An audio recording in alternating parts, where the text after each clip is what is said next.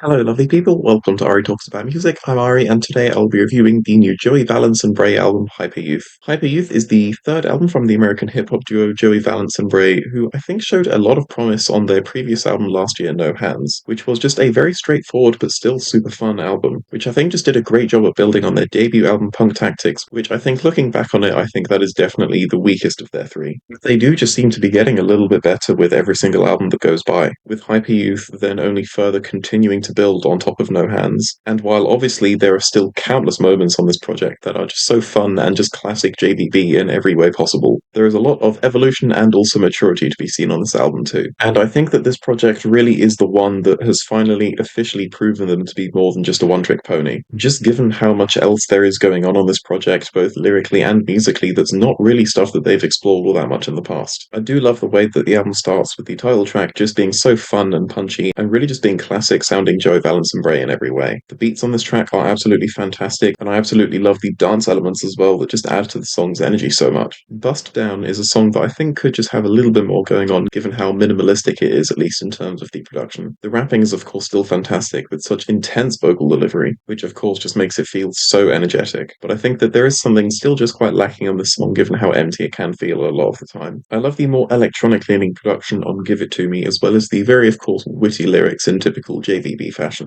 And of course just in the way that they sing, as usual, it's so obvious how much fun they're having on this song. But I think that despite there being a lot more going on this track, especially production-wise with a lot of the electronic influence, there are still just a handful of moments that I think are a little bit lacking. And Is This Love is actually quite a nice sound change, going for a much more low-key kind of vibe on this track. I do really like the much softer approach both in terms of vocals and production, but I do still absolutely love how this song is still very dance floor ready, just in a way that isn't so energetic. But then right towards the end of this track you have this absolutely fantastic EDM outro that, despite this moment just going absolutely insane, I think it still does a fantastic job at still managing to capture the vibe of the whole track. And I think that this moment and just this track in general again is showcasing how much more Joey Valence and Brae are capable of than I would have thought from just their first two albums. And then See You Dance just goes back to their very typical old school rap kind of style. But on this track you still have that incredible EDM production, which is a direction I'm actually really glad to hear them taking given how well they're managing to blend it with their usual kind of sound. Then you have Party's Over, which I think is the first song where the lyrics really start to shine on this album, with this one being an ode to the fear of growing up, which obviously is a reasonably common theme in a lot of song lyrics, but for JVB's usual standards, considering that most of their stuff is just really fun and silly, this is quite the different direction to be going in for them, and this is exactly the kind of evolution that I really hoped they would have gone through, and I'm very glad to see that it's finally happening. But I of course do still love the usual style. It's fun, it's silly, it's very difficult to criticize for that. However, I feel like it's the kind of thing that you can only really do for so long before it's just the same thing over and over again. So this evolution into a more mature style of lyricism is definitely something I'm glad to see them finally doing. But then What's Up snaps us straight back to the kind of sound that Joey Valence and Brae are typically known for, just with the very loud and fun vocals and of course the super punchy production. One of my favourite moments on this song is of course the JPEG Mafia feature, with a lot of the production on this track I think being very close to his kind of style, especially during his verse, which is absolutely I think one of the punchiest moments on the track. I think that the very subtle use of brass instruments on the song is also really good. They don't necessarily give it a jazzy kind of feel like they usually do, but they're just a great addition and help this song feel just a little bit more unique. Live Right is then a much more mellow-leaning song, or at least about as mellow as a JVB song can be. I love the very anthemic vocals during the chorus, again with the themes of things like aging and friendship and some genuinely quite emotional vocal delivery, which is not typical of their usual kind of style. I really love the way that Billie Jean adds layers,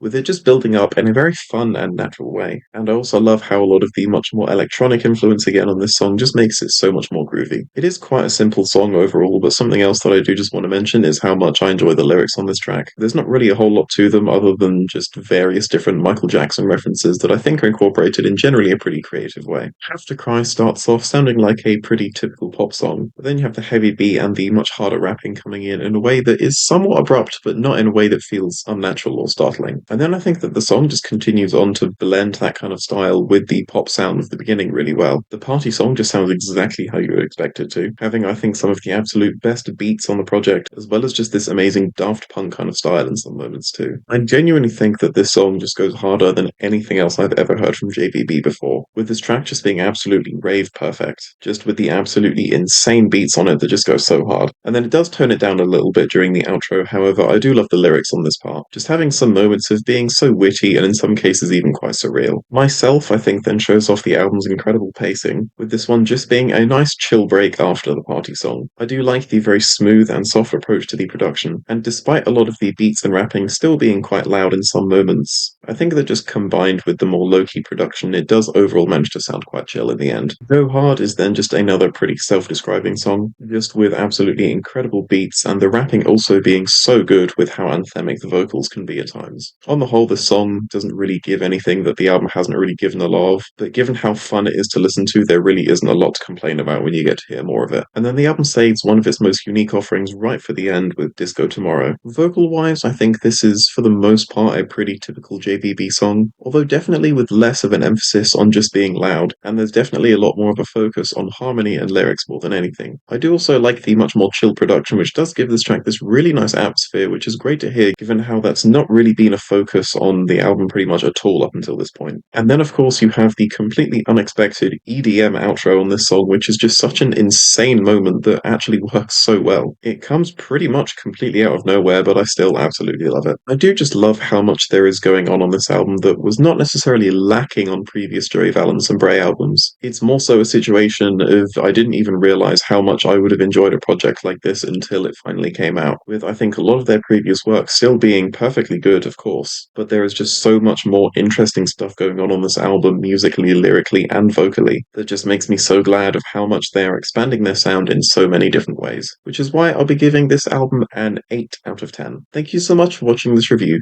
Please be sure to listen to this album yourself and tell me your thoughts below. Please leave a like if you liked the video, and please leave a dislike if you didn't like the video, and remember to stay hydrated.